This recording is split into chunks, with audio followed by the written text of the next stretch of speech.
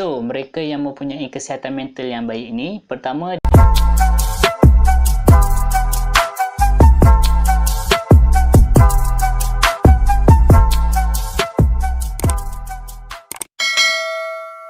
Assalamualaikum, hai apa khabar semua? Welcome back to my channel Asmad Omar, Manusia Itu Unik. Kepada korang yang belum kenal saya, nama saya Asmad Omar. Saya merupakan seorang pelajar kaunseling dan dalam YouTube channel saya ini, saya akan berkongsi dengan korang semua perkara-perkara yang berkaitan dengan kaunseling dan psikologi, termasuk juga berkaitan dengan kesihatan mental.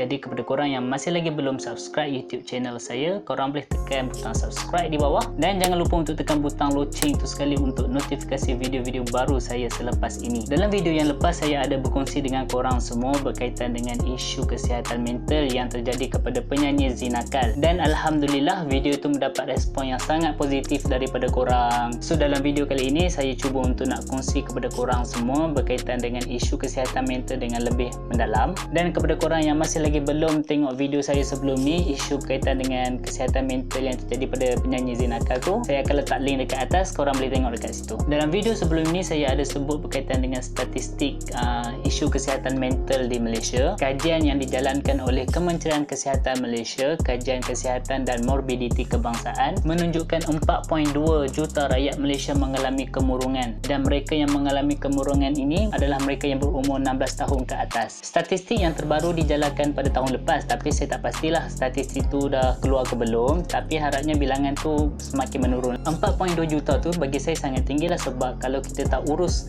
isu kesihatan mental ni dengan baik, ianya boleh membawa kepada isu penyakit mental. Manusia ni dia terdiri daripada dua aspek fizikal dengan aspek mental. Sebagaimana kita menjaga kesihatan fizikal yang kita boleh nampak, contoh kita kalau kita lari ke kan, lepas tu kita dapat luka, kita patah tangan, patah kaki, itu aspek daripada kesihatan fizikal. So sama juga dengan kesihatan mental kita yang melibatkan otak kita, emosi kita, contohnya perasaan sedih, perasaan takut, perasaan bimbang kita. Aspek kesihatan mental ni juga penting untuk kita jaga dalam kehidupan seharian kita. Kalau dari sudut definisi kesihatan mental ni, kesihatan mental ni bermaksud kebolehan mengekalkan hubungan yang harmoni dengan orang lain, kebolehan mengambil bahagian dalam aktiviti masyarakat, dan kebolehan menyumbang kepada masyarakat. So kesihatan mental ni dia merujuk kepada kemampuan kita untuk bersosial dengan masyarakat, bersosial dengan satu lingkungan populasi yang besar, bagaimana kita berinteraksi dengan orang lain. Sebab ada setengah orang yang dia takut untuk berhadapan dengan orang ramai, dia takut untuk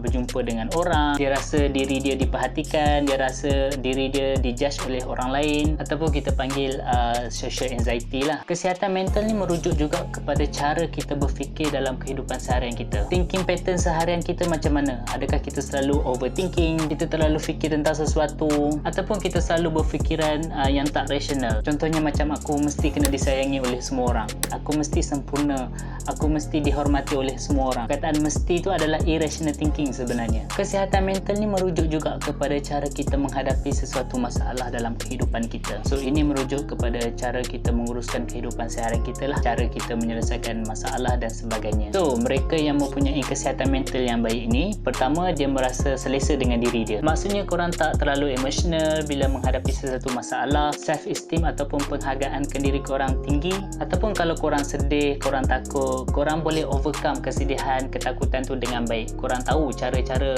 macam mana nak overcome diri korang. Korang kenal diri korang lah, korang ni jenis yang macam mana. Yang kedua, dia merasa selesa dengan orang lain ataupun masyarakat sekeliling dia. Bila ada orang kutuk dia ataupun judge dia, dia tidak terkesan dengan semua tu. Maksudnya orang di sekeliling kita boleh tak terima kita dalam kelompok sosial tu. So tak adalah prejudis, tak ada stereotype terhadap diri kita, dan kita pun tak ada prejudis dan stereotype terhadap orang lain. Yang ketiga, mereka yang mempunyai kesihatan mental yang baik ini, mereka boleh memenuhi cabaran hidup dalam hidup mereka. Contohnya situasi dalam Perintah Kawalan Pergerakan PKP. Adakah rakyat kita di Malaysia ni boleh adapt tak dengan new norms ni? Adakah kita mampu mengawal emosi kita, perasaan kita sepanjang tempoh PKP? Antara cabaran lain contohnya macam stres ke, ataupun anxiety, kebimbangan, dia boleh urus semua tu dengan baik. Jadi setakat ini saja dulu video untuk kali ini. Banyak lagi sebenarnya saya nak berkongsi berkaitan dengan kesihatan mental ni, tetapi saya rasa dalam satu video ni tak cukup. Mungkin saya akan berkongsi dengan korang dalam video yang akan datang, iaitu part 2. Kalau korang suka dengan video ni, korang jangan lupa untuk like dan share supaya lebih ramai lagi orang mendapat manfaat daripada perkongsian ini. Dan korang jangan lupa subscribe sekali YouTube channel saya. So setakat ini saja, see you in the next video.